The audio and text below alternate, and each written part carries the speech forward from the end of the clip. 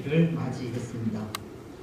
사실은 지난해와 올해의 날이 별 다름없는 날들이지만 한 해의 시작이라고 하는 점에서 첫 번째 주일이 주는 마음은 새로운 것 같습니다. 한 해를 시작하면서 여러분들은 어떤 결심으로 시작하셨는지 모르겠지만 저는 세월이 흘러갈수록 이 새해임에도 특별한 결심을 하지 못하게 된다는 생각을 하게 되는데요.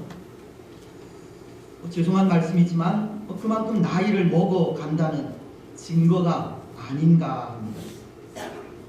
흘러가는 세월이 하나님 앞에서 결단하는 결심조차 조심하게 한다는 겁니다. 어쩌면 결심한 것을 지키지 못할 것에 대한 두려움도 있는 것 같습니다. 하지만 그럼에도 변함없는 마음은 있는데요. 그것은 교회가 교회되는 것이고 또 우리 낙현 공동체에 속한 모든 권속들이 예수 그리스도 안에서 그 장성한 분량에까지 자라가기를 소원하는 마음입니다. 오늘 우리 가운데 온전한 하나님의 나라가 이루어져 그것을 통해 하나님의 영광이 드러나기를 소원하는 마음이 있다는 겁니다. 사랑하는 여러분, 올 한 해에도 변함없이 예수 그리스도의 장성한 분량에까지 자라가시고 서로 하나 되어 온전한 하나님의 나라를 세워가시며 그 일을 통해 하나님의 영광을 나타내는 복된 성도들이 되시기를 주님의 이름으로 축복합니다.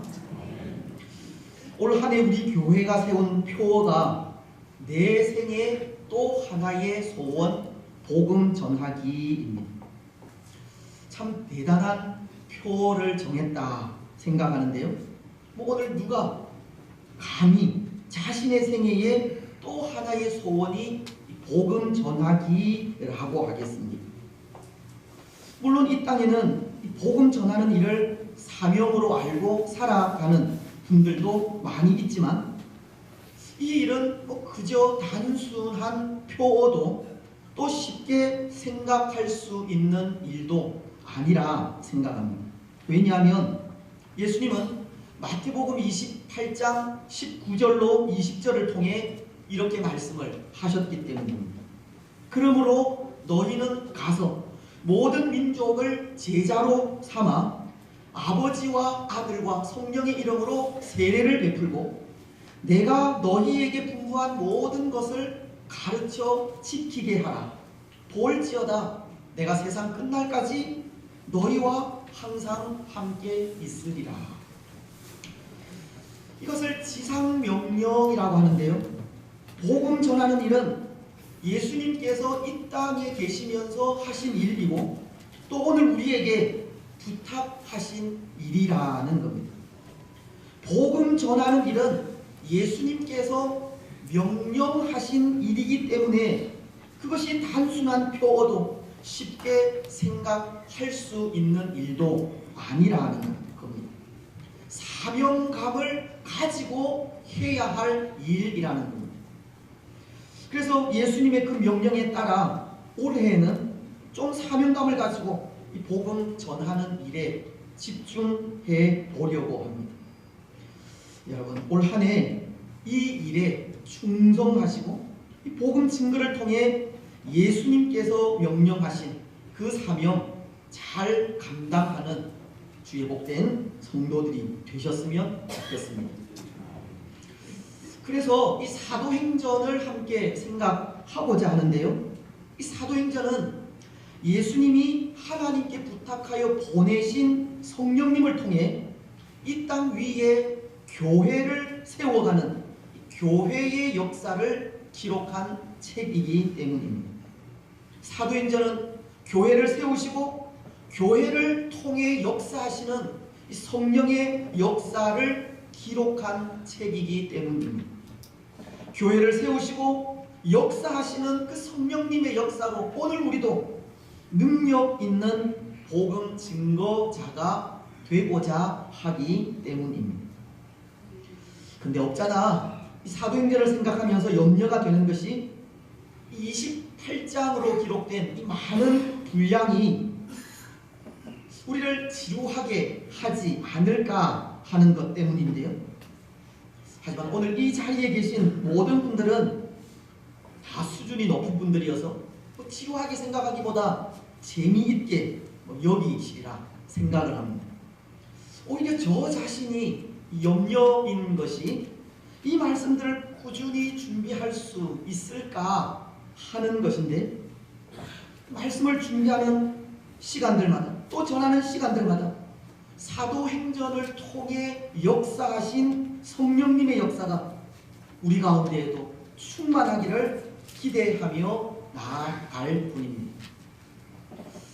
오늘 사도행전을 시작하면서 먼저 이 사도행전이 가진 두 가지 역할에 대해서 생각을 하자면, 그 중 하나는 이 사도행전은 복음서에 기록된 예수님의 생애와 교회의 역사를 연결시키는 역할을 한다는 점입니다.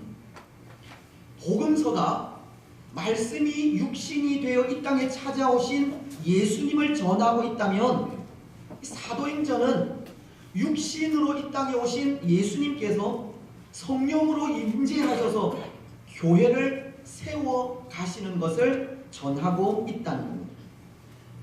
복음서를 통해 육신으로 오신 예수님이 교회의 머리가 되시고 교회의 주인이심을 알리셨다면, 사도행전은 성령으로 임재하신 예수님이 교회를 세워 가심으로 교회의 머리가 되시고 주인 되심을 보여주고 있다는 겁니다. 그리고 또 하나, 이 사도행전의 역할은 복음서와 서신서를 연결한다는 이 점입니다.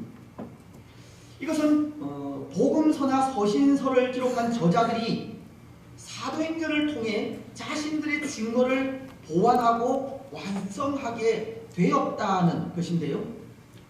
이렇게 사도행전은 교회가 세워지고 성령을 통해 성장하는 교회의 역사를 기록한 책이기는 하지만, 성령으로 임재하신 예수님께서 성령의 사역을 통해 교회를 보존하시고 지속시키시며 성장하게 하심으로 이 교회가 완성된다는 것을 가르치는 겁니다. 성령으로 임하신 예수님의 사역으로 교회가 교회 될 수 있다는 겁니다. 그래서 이 두 가지 사도행전이 가진 역할을 통해 그 의미를 생각하자면, 성령으로 임하신 예수님이 교회의 주인으로 교회를 주관하시고 다스릴 때 교회는 온전해질 수 있다는 것을 가르치고 있는 겁니다. 사랑하는 여러분, 성령으로 임하신 예수님이 교회의 주인으로 교회를 주관하시고 다스릴 때 교회는 온전해질 수 있습니다. 성장해 갈 수 있다는 겁니다. 그렇다면 성령으로 임재하신 예수님이 교회의 주인으로 교회를 주관하시고 다스릴 때 온전한 교회가 될 수 있다면, 오늘 교회인 우리는 어떤 모습을 보여야 하겠습니까? 교회된 오늘 우리는 어떤 마음을 가져야 하겠습니까? 예수님을 교회의 참된 주인으로 인정해야 합니다. 교회의 주인이신 예수님께서 교회를 주관하시고 다스릴 수 있도록 우리 자신을 내려놓아야 합니다. 그리고 교회의 주인이신 예수님께 교회를 맡기고 의탁해야 합니다. 사도행전이 성령으로 임하신 예수님께서 교회를 주장하시고 다스릴 때 성령의 역사가 나타났듯이, 교회의 주인이신 예수님께 모든 것을 맡기고 의지하면서 성령의 역사가 나타나는 교회가 되게 해야 한다는 겁니다. 그렇습니다. 오늘 우리는 교회 위에 성령의 역사가 나타나게 해야 합니다. 교회의 주인은 오직 예수님이심을 고백해야 하고 교회의 주인이신 예수님께 교회를 의탁하고 맡겨야 합니다. 그래서 오늘 말씀은 보십시오. 이 사도행전을 기록한 누가는 당시 이 사회의 유력자였던 데오빌로에게 이 편지를 보내고 있는데요. 1절은 이렇게 말씀하십니다. 데오빌로여, 내가 먼저 쓴 글에는 무릇 예수께서 행하시며 가르치시기를 시작하신부터. 사도행전의 수신자가 데오빌로라는 것으로 이 책을 기록한 누가는 누가복음에 이어 사도행전도 데오빌로라는 사람을 수신자로 하고 있는 겁니다. 그런데 그 이유가 있습니다. 데오빌로라고 하는 사람에게 사도행전을 보낸 이유가 있다는 겁니다. 그것은 성령으로 임재하신 예수님을 전하기 위해서입니다. 당시 교회가 세워지고 성장해가는 그 모든 일이 십자가에서 죽은 예수님이 성령으로 임재하여 이루신 일이라는 것을 전하면서 이 데오빌로라고 하는 사람의 신앙에 확신을 주려고 사도행전을 기록한 것입니다. 십자가에서 고난당하시고 죽으신 예수님이 성령으로 임재하셔서 교회 가운데 역사하신 것을 보면서 예수님에 대한 분명한 믿음과 확신을 가지도록 했다는 겁니다. 그렇습니다. 그런 의미에서 저는 이 사도행전이 이 데오빌로라고 하는 사람만이 아니라 오늘 우리 모두를 위한 책이기도 하다는 생각을 하는데요. 왜냐하면 데오빌로라고 하는 그 이름의 뜻이 하나님을 사랑하는 자라는 뜻이 있듯이 오늘 우리 또한 하나님을 사랑하는 자로서 우리 역시도 성령으로 임하여 교회를 세우신 예수님을 만나야 하고 교회 가운데 변함없이 역사하시는 성령님의 역사로 신앙의 확신을 가지고 살아야 하기 때문입니다. 오늘 하나님을 사랑하는 우리는 또 한 사람의 데오빌로로서 사도행전을 통해 성령으로 임재하신 예수님을 만나고 확신하며 의지하면서 하나님께서 세워 원하시는 교회를 세워가야 하기 때문입니다. 하나님은 하나님을 사랑하는 자들에게 계속해서 이 사도행전의 역사를 써가기를 원하고 있듯이 비록 성경에 기록된 사도행전은 28장에서 멈추었지만 오늘 우리를 통해서 사도행전은 29장, 30장의 역사를 써가야 한다는 겁니다. 오늘 이 세상은 하나님을 떠나 하나님 없이 사는 세상이 되어 가고는 있지만 그럼에도 하나님을 사랑하는 우리를 통해 교회는 계속해서 세워져 가야 하는 겁니다.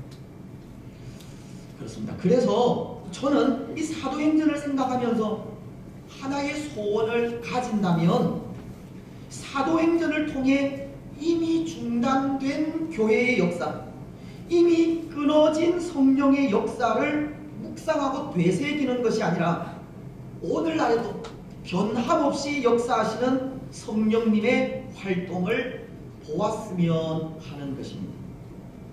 그리고 사도행전 29장과 그 이후 장들을 우리 손으로 써갔으면 하는 바람입니다. 여러분, 그렇다면 오늘 우리는 어떻게 우리를 통해 교회의 역사를 계속해서 써갈 수 있겠습니까? 어떻게 성령의 역사를 계속 이어갈 수 있겠습니까? 이 일에 두 가지를 생각하려고 하는데요. 먼저 그 하나는 아직도 역사하시는 성령님을 의지하며 나아가는 일입니다. 오늘날에도 변함없이 역사하시는 성령님의 활동을 인정하는 일이고, 성령님의 역사가 우리 가운데 변함없이 일어날 수 있도록 성령님을 의지하는 일입니다. 오늘 4절은 이렇게 말씀하시지 않습니까? 사도와 함께 모이사 그들에게 분부하여 이르시되 예루살렘을 떠나지 말고 내게서 들은 바 아버지께서 약속하신 것을 기다리라. 여기 아버지께서 약속하신 것은 성령이고, 성령이 임하시면 권능을 받게 된다고 하시는데요, 8절이 이렇게 말씀하시기 때문입니다. 오직 성령이 너희에게 임하시면 너희가 권능을 받고 예루살렘과 온 유다와 사마리아와 땅 끝까지 이르러 내 증인이 되리라. 성령이 임하시면 권능을 받게 되고, 그 권능으로 예수님의 증인된 삶을 살 수 있게 된다고 하십니다. 근데 여기 권능이라고 하는 말은 복음 전파의 이 필수적인 요소를 말하는 것으로, 헬라어로 하면 디나미스라고 하는데요, 이 단어에서 다이나마이트라는 말이 생기게 되었습니다. 하나님으로부터 오는 이 강력한 힘과 구원을 가져다 주는 능력이라는 의미입니다. 성령이 임하시면 사람의 마음을 움직이는 이 강력한 힘을 받게 된다는 겁니다. 여러분, 어떻게 성령을 받을 수 있습니까? 성령이 임하시면 하나님으로부터 오는 이 강력한 힘과 구원을 가져다주는 능력인 권능을 받게 된다고 하시는데, 그런 능력을 주시는 성령을 어떻게 받을 수 있느냐. 사도행전 2장은 38절을 통해 이렇게 말씀을 하십니다. 베드로가 이르되 너희가 회개하여 각각 예수 그리스도의 이름으로 세례를 받고 죄 사함을 받으라. 그리하면 성령의 선물을 받으리니. 베드로는 유대인들에게 설교하기를 너희가 십자가에 못 박은 예수를 하나님이 주와 그리스도가 되게 했다고 하자, 유대인들은 그러면 우리가 어떻게 해야 하느냐고 묻게 되었고, 그때 베드로가 이 말씀을 하신 겁니다. 회개하여 예수님을 믿으면 성령을 선물로 받게 될 것이라는 겁니다.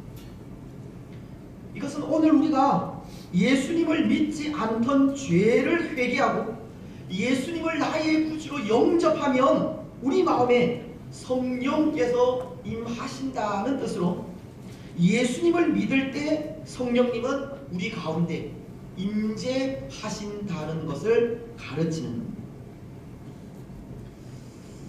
여러분, 예수님을 믿을 때, 예수님을 나의 구주로 영접할 때 성령님은 우리 마음에 임재하십니다. 내주하십니다. 그렇다면 예수님을 믿는 우리는 이미 성령님이 우리 가운데 임재해 계시는 겁니다. 또한 이미 예수님을 증거할 수 있는 권능도 함께 주어져 있는 겁니다. 그렇지 않습니까? 그렇습니다. 그래서 오늘 우리가 인정하고 의지해야 한다는 것은 바로 이것을 말하는 겁니다. 성령님이 예수님을 믿는 우리 마음속에 임재해 있다는 것을 인정해야 한다는 겁니다. 성령님께서 권능으로 우리와 함께 임재해 계시다는 것을 인정해야 한다는 겁니다. 그리고 권능으로 함께 하시는 성령님에 대해서 그분을 의지해야 한다는 겁니다. 이미 우리에게는 하나님으로부터 오는 강력한 힘과 구원을 가져다주는 능력이 있다는 것을 인정해야 해야 한다는 겁니다. 사랑하는 여러분, 오늘 예수님을 믿는 우리는 이것을 인정하시기 바랍니다. 예수님을 믿는 우리에게 성령은 이미 임재해 계시고 성령님은 권능으로 함께 하신다는 겁니다. 성령의 임재가 있는 우리에게는 하나님으로부터 오는 강력한 힘과 구원을 가져다주는 능력이 있다는 겁니다. 그것을 인정하시기 바랍니다. 그래서 우리 가운데 임하여 계시는 성령님을 의지하면서 성령께서 주시는 권능으로 복음 증거의 사명을 능력 있게 감당해 가시기를 바랍니다. 이제 또 하나, 오늘 우리가 교회의 역사를 계속 써갈 수 있는 것은 예수님께서 가지신 관심에 관심을 가질 때입니다. 오늘 3절은 이렇게 말씀하시지 않습니까? 그가 고난 받으신 후에 또한 그들에게 확실한 많은 증거로 친히 살아 계심을 나타내사 40일 동안 그들에게 보이시며 하나님 나라의 일을 말씀하시니라. 부활하신 이후 예수님께서 가르치시고 전하신 내용을 기록한 말씀으로 부활 이후에 예수님께서 가지신 관심이 있다면 그것은 하나님의 나라에 대한 관심이라는 것을 말씀하는 겁니다. 부활 이후 40일 동안 그들에게 보이시며 하나님의 나라와 일을 말씀하시니라. 당시 예수님의 생각은 온통 하나님의 나라라고 해도 과언은 아니었습니다.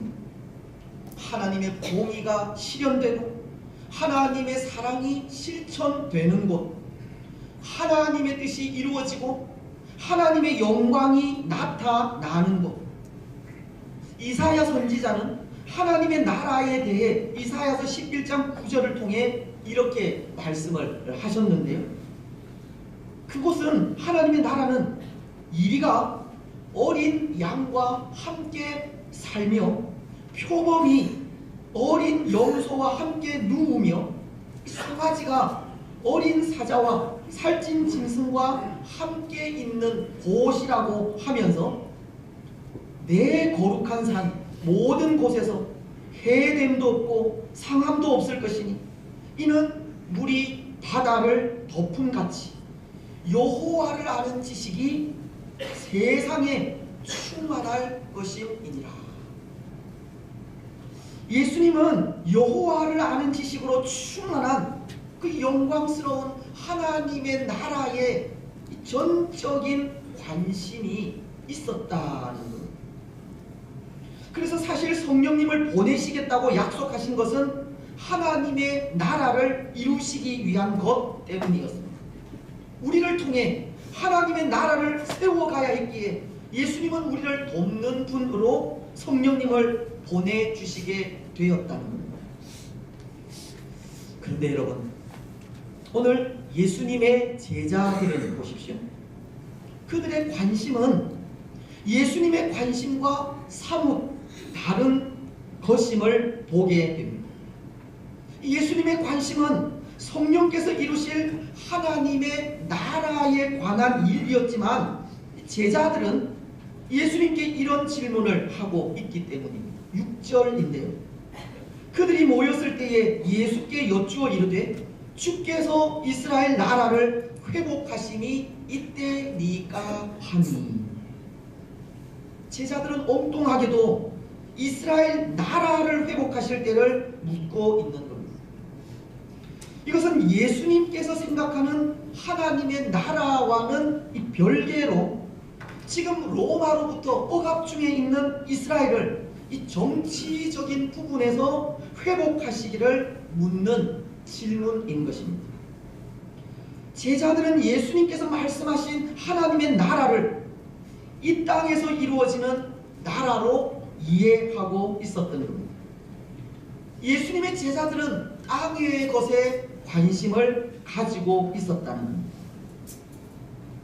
사랑하는 여러분, 오늘 우리는 어떤지 모르겠습니다.